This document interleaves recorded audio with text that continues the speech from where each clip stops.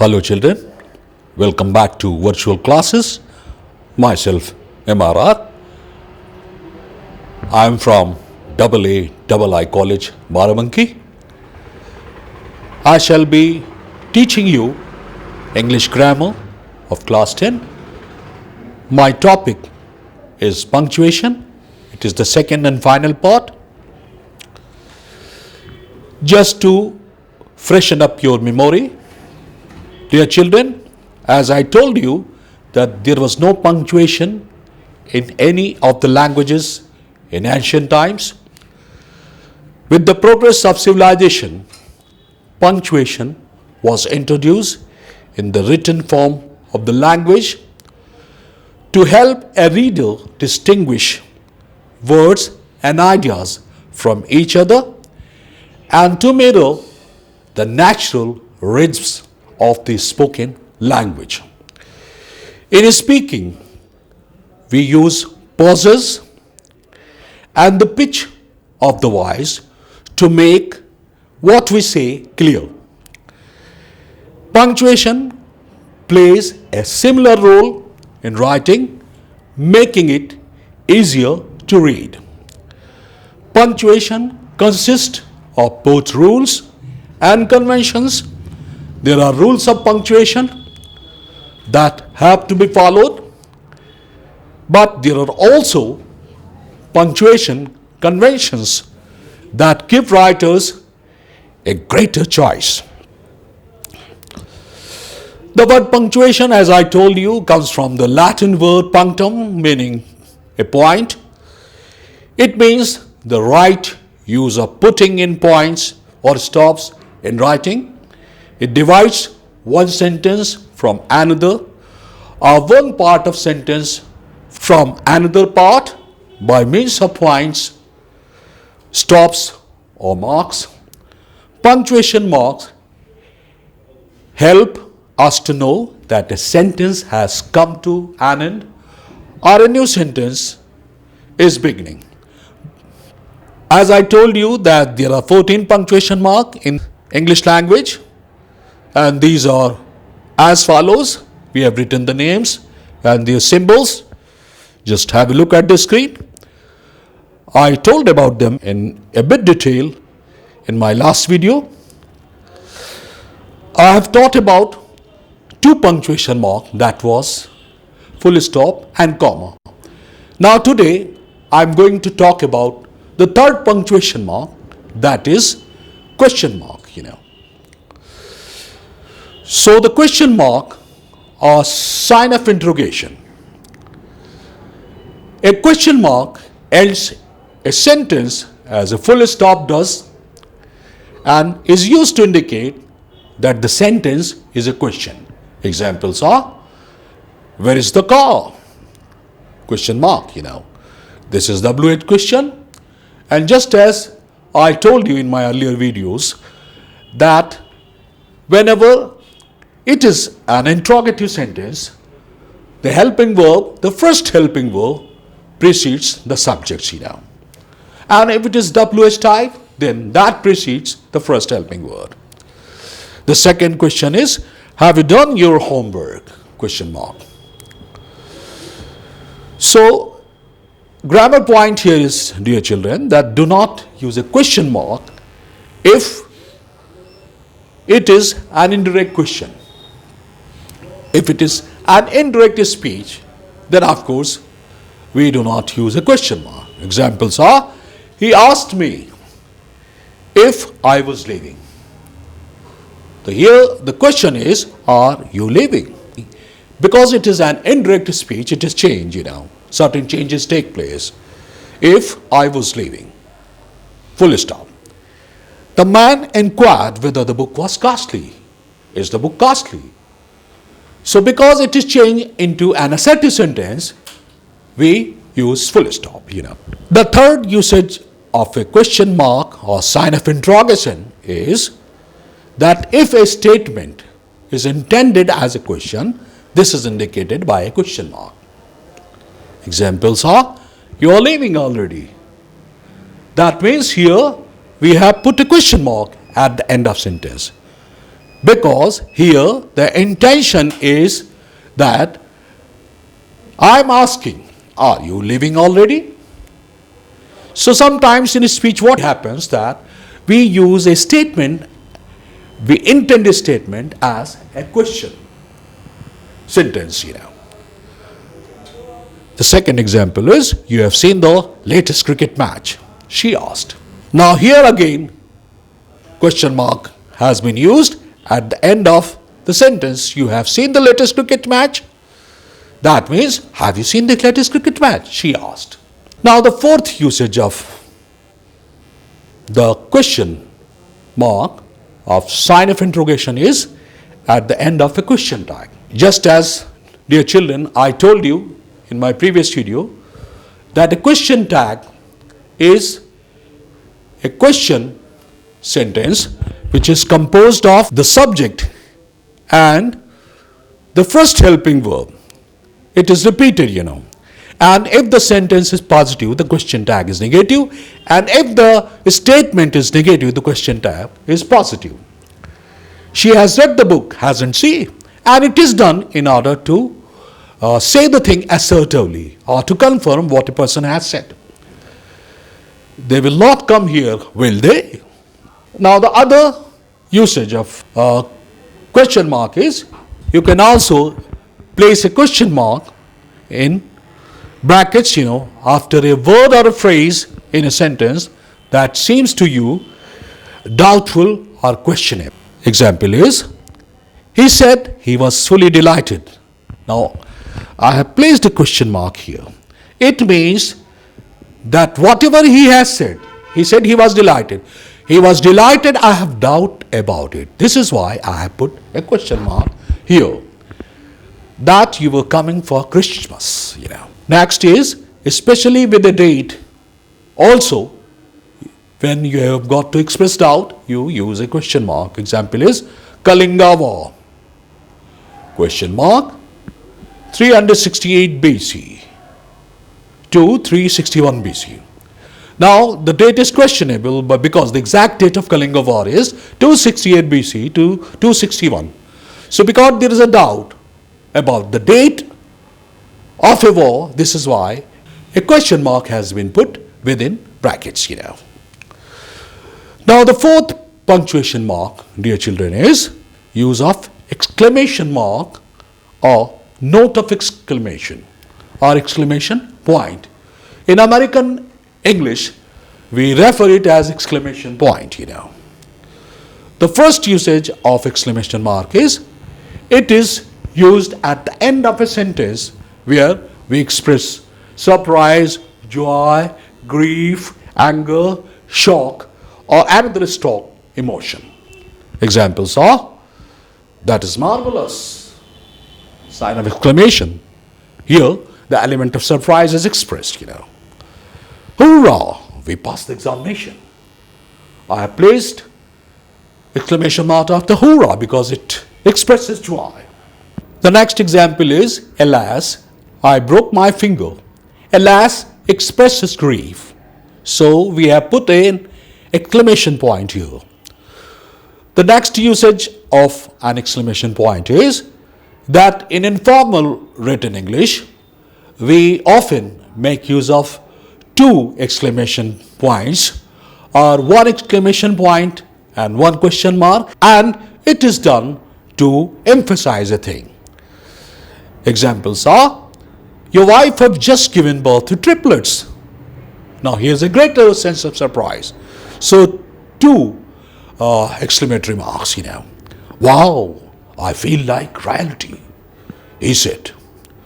Now greater sense of surprise, Either we make use of two exclamation marks or one exclamation mark and then question mark whenever we want to emphasize. Now we are moving on to the fifth punctuation mark, that is usage of semicolon, full stop, then you have got a comma below it. This is called semicolon.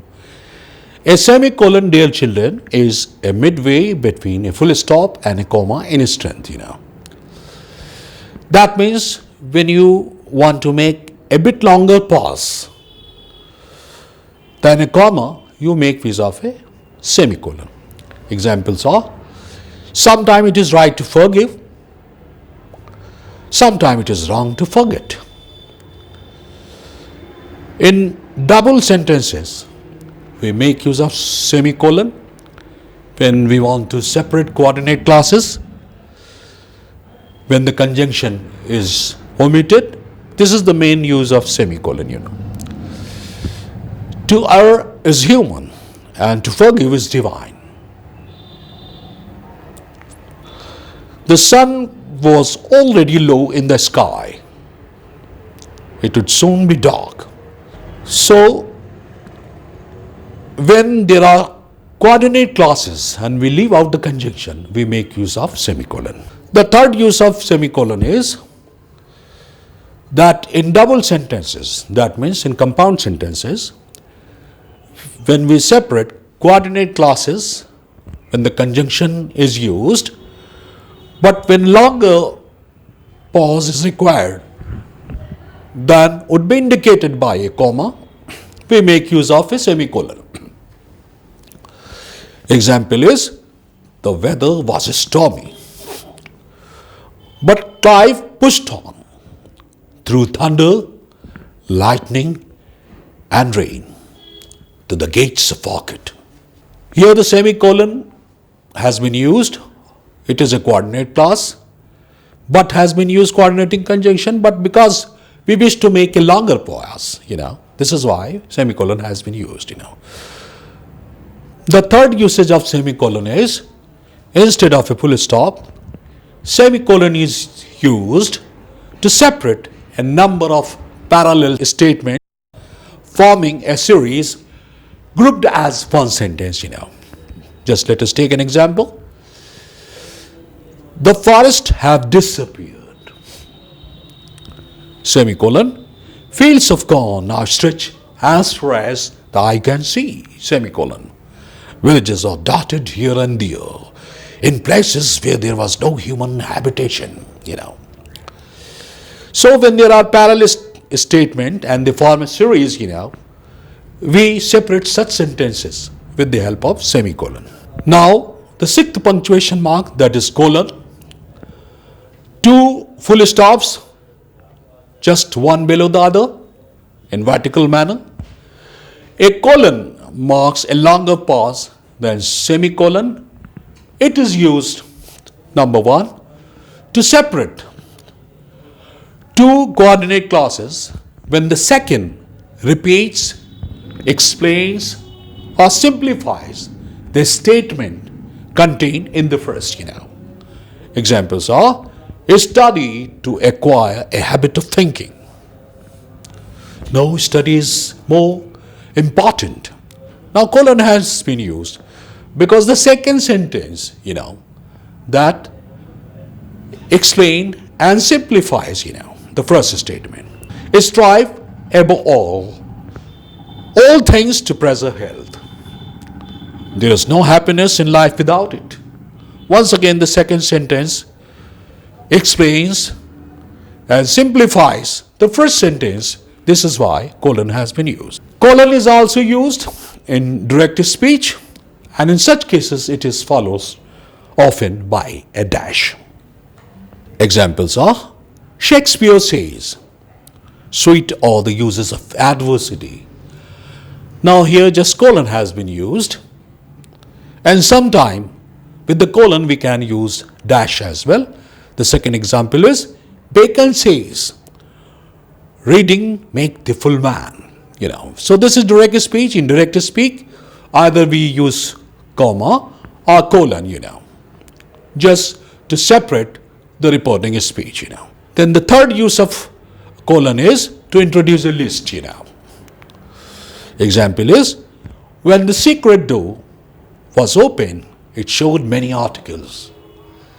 Now, the details of the articles, there is a list. Old clothing, broken picture frames, a stuffed elephant foot, and a dozen lion skins. Now, we are moving on to the seventh punctuation mark, that is usage of apostrophe. It is in the form of a comma, but when you put it below a letter, it is called comma, but if you put it above a letter, it is called apostrophe. It is, dear children, the most abused punctuation mark in English. However, apostrophes have two purposes. The first one is it shows possession. It is used with apostrophes to indicate that a thing or a person belongs to somebody. For singular nouns, just add apostrophe plus s. Examples are Mohan's book is lost. Now Mohan's book, that means the book belongs to Mohan. The lion's mane is attractive. The mane of the lion is attractive. The mane of the lion, Whenever the second usage apostrophe is, dear children, for plural that end in s, just add the apostrophe. We do not make use of s here if the word is plural and it is ending in s, The boys' hostel, because boys is plural and it is ending in s, so just apostrophe has been used. We do not put s here. Was searched. Her parents' advice is very sound. Parents is plural. So, because it is ending in s, so we do not put the other s which is followed after apostrophe now. But the third usage of apostrophe is that for plurals that do not end with s, we add apostrophe plus s. Examples are men's apparels are generally expensive. Men's apparels. Men is the plural. I love children's game. Children is the plural. And whenever we omit a letter or in contracted form, also we make use of apostrophe. It's a pen. That means it is a pen. Now here, I has been left out. I can't help you. Now O has been left out. I cannot help you. Whenever we form the plural of letters and figures, we make use of apostrophe s. Examples are dot your i's and cross your t's.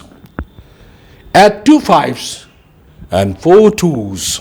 Now we are moving on to the 8th punctuation mark, that is usage of hyphen. Dear children, a hyphen is used to form a compound from 2 or more other words. Whenever we use 2 words as a compound, we pronounce them as a similar, we treat them as a single, as a mixture of 2 words, but as a single, then we make use of hyphen, just to denote that it is a compound form, Examples are, the king was a hard-hearted fellow. Now hard-hearted, both are adjective and they have been treated as one word, Cruel, meaning every mother to be should take precautions, Mother to be, a group of 3 words. Now they have been treated as a single word, so hyphen has been placed after mother and after to. Mother to be means pregnant ladies, Every mother to be should take precautions, The second usage of hyphen is to form a compound from a prefix and a proper name, The pro-Swadeshi. Pro is a prefix, Swadeshi is a proper name. The pro-Swadeshi movement is useful for Indian articles, The third usage of hyphen is in British English to separate a prefix ending in a vowel from a word beginning with the same vowel. If we make use of a prefix that is ending in a vowel, and when we join another word with it that is also beginning with the same vowel, then we place a hyphen, Let us cooperate, co and operate, Preeminent position. Pre plus eminent. Now both are ending in E, and cooperate both are ending and beginning with O, Now the fourth usage of hyphen is after the first section of a word that is divided between one line and the next, Whenever it happens in writing, whenever we are at the end of or copy or book, and we want to write a full word and there is no space left. So what we do, we write the half word, then we put a hyphen, and then we take the half word below and we again put a hyphen. So I decided what to do in order to avoid mistakes. It's a single word. Sometimes it so happens that there is no space. Of course, he has got the space, but because I wanted to show you, so I have just divided it in two parts. This kind in future. Now, the ninth punctuation mark is dash. That is a bigger horizontal line. In informal English, instead of a colon or semicolon, to indicate what follows is a summary or conclusion of what has gone before, a dash is used. Men were shouting, women were screaming, children were crying. Dash, it was utter chaos. That means when we want to sum up something, and what follows is a kind of conclusion, then we make use of dash. It was utter chaos. The second usage of dash is singly or in pairs to separate a comment or an afterthought from the rest of the sentence. So when we separate a sentence, or which is an afterthought or a comment, we place a dash. He knew nothing at all about it. Dash, or so he said. Now, dear children, the 10th punctuation mark is dots or ellipses. 3 dots, 3 full stops. It is used to indicate that words have been omitted, especially from a quotation or at the end of a conversation. So, when we omit some words in a conversation or a quotation, then we place dots or ellipses. Example is, in the baseball game, our team scored 4 home runs, that is a technical term, the other team only 2. Now home runs has been left out here, and in place of that word, 3 ellipses or 3 dots have been placed. Next is 11th number of punctuation mark, that is slash or oblique. It is used to separate alternative words or phrases. When you slash, that means we give a choice. Have pudding, cheese. You put a slash, that means all. A single, married, widowed, or divorced. Now 3 slashes or obliques, just to show that you have got an option here. Any of the 3. In internet and email addresses also, when we separate different elements, we make use of slash. Example is http://www.com. Now, the next punctuation mark is parenthesis. So, what is parenthesis? A parenthesis or double brackets or big brackets, are used to separate from the main part of sentence a phrase or clause which does not grammatically belong to it. It is a sentence which we can take out. Whenever we want to take out something which does not belong to the main sentence, we make use of parenthesis, double dashes or 2 brackets. Examples are, he gained from heaven. It was all he wished, a friend. He gained from heaven a friend. That means we can take it out. It is an afterthought. Has been added later on. And if you take it out, parenthetical clause is indicated with the help of a bracket or with the help of dashes. The second example is, he finally answered dash after taking 5 minutes to think dash that he did not understand the question.